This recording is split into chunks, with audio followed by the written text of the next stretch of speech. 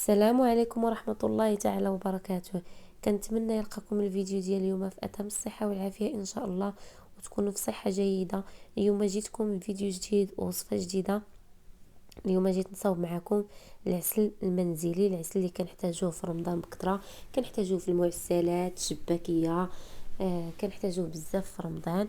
بالنسبه للعسل ديال اليوم صوبته معكم، غنصاوبه معكم بالسكر ديال القالب. وكنتمنى الفيديو ديال اليوم ينال الاعجاب ديالكم، وما تبخلوش عليا بلي لايك ديالكم والكومونتيرات اللي كتحفزني، والناس اللي مشاركين معايا شكرا لكم. وكنتمنى من الفيديو ينال الاعجاب ديالكم. يلا معايا باش تشوفوا طريقه التحضير والمقادير في نفس الوقت. عندي هنايا كنحتاج بيت نصاوب العسل فقط بقالب ديال السكر، ولا باغيه نتيا العسل كتير ممكن تضاعفي المكونات. عندي قالب ديال السكر، وكل قالب تاع السكر تكون فيه 2 كيلو تاع السكر. كنحتاج ليها اطر ديال الماء. كنعبر هنا بالقرعه ديال نص لتر كما كتشوفوا. عبرت القرعه الاولانيه وغنزيد القرعه الثانيه. وبالنسبه للماء انا ما كنطيب الماء، ما حتى شي حاجه، ما كندير لا ماء طايب لا ماء دافي لا حتى شي حاجه. كندير الماء ديريكت من الروبوني من الصنبور. كنضيف داك الماء بارد، وكنخلي السكر ديالي حتى تيطلق مزيان، حتى تيذوب ليا مزيان. بالنسبه اللي باغيه دغيا يذوب لك السكر، ممكن تهرسي السكر ديالك في طنجره الضغط في الكوكوت عاد باش تضيفي عليها الماء. انا ضفت هنا الماء ديريكت على القلب ديال السكر، وخليته حتى داب ليا مزيان. من بعد ما كيذوب ليا السكر ديالي كتخليه تقريبا يديك 3 سوايع حتى ل4 سوايع. ولا ممكن ديريه بالليل، تهرسي السكر ديالك بالليل وفي الصباح تنوضي تكملي طريقه التحضير ديالو. بالنسبه ليا هنايا انايا من بعد ما داب ليا داك السكر في الماء كنضيف عليه المنسمات. بالنسبه لهاد المنسمات هادو نتيا وداكشي انتي والذوق ديالك باش باغيه تنسمي. كندير حامضه، وكندير عويضات ديال القرفه. بالنسبه اللي باغيه تزيدي فيهم ليمونه، ولا تزيدي فيهم شويه ديال الزعتر، ولا تزيدي فيهم الباديان. المهم انتي وداكشي اللي باغيه. ومن الاحسن تفاداو ديك الكميميسه ديال اتاي باش يبقى اللون ديالو الطبيعي. اتاي كيعطي داك الملون وما كتعرفيش بانه راه واجد معاك، العسل ديالك راه واجد.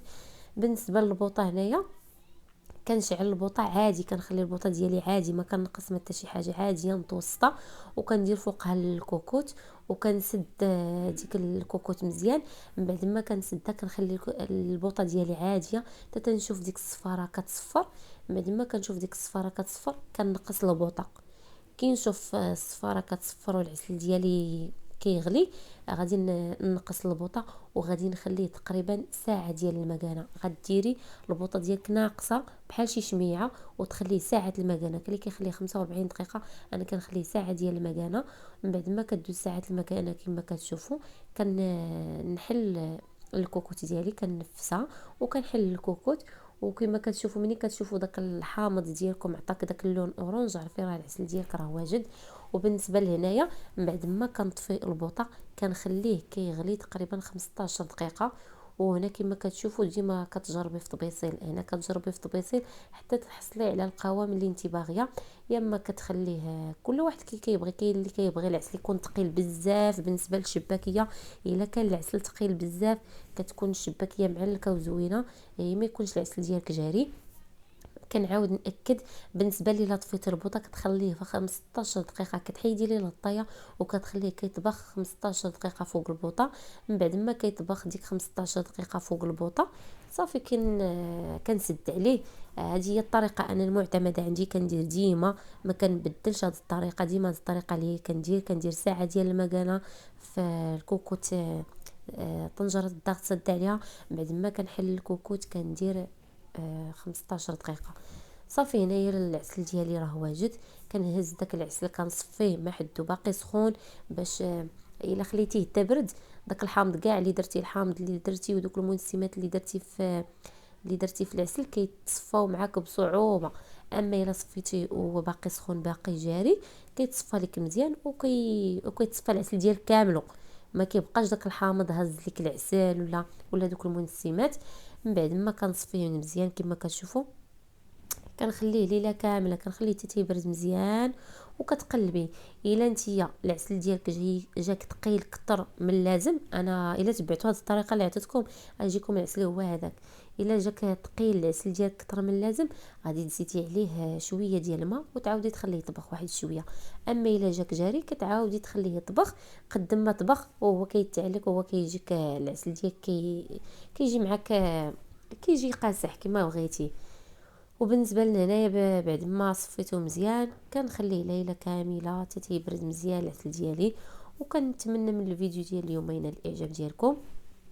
وبالنسبه للعسل، يا وقت ما باغيه تخدمي به الشباكيه ديالك، غادي ديريه فوق البوطه حتى تيسخن، وغادي تضيفيه معاه، غتشدي واحد 8 الحبات ولا 6 الحبات ديال المسكه الحره. غادي تدقيها مزيان وتضيفيها عليه. ديك المسكه الحره هي اللي كتخلي ديك الشباكيه تكون فيها ديك التعليكه. بالنسبه لي الا كانت موجوده عندكم، الا كانتش موجوده عندكم راه ممكن تخليوه غير بحال هكاك. بالنسبه لهذوك المنسمات راه ما كيزيدوا عليه حتى شي حاجه، فقط كيعطي واحد النسمه وصافي. بالنسبه للعسل ديالنا هذا هو الشكل النهائي ديالو. كان ما كنخليهش يعني يكون قاصح بزاف وما كنخليهش يكون جاري، كنفضل يكون ما بين وبين. كنحصل على واحد العسل اللي رائع وزوين. كنفضل ديال السكر ديال القالب، كنفضلوا على ديال سنيده. ديال السكر كيجي في الشباكيه معلك وفي المعسلات. وبالنسبه لكل وحده واشنو اللي باغي تصاوبوا بسنيده، كل وحده والراي ديالها. وكنتمنى من الفيديو ديال اليوم ينال الاعجاب ديالكم، وكنتمنى تشاركوه مع الحباب الا عجبكم الفيديو ديال اليوم، وتحفزونا بالكومونتيرات ديالكم. وكنحصلوا على واحد الكونتيتي اللي هي كثيره. وبالنسبه لي باغيين نضاعفوا المقادير، باغيين واحد النسبه اكثر من هذه، ممكن ديروا 2 قوالب ديال السكر.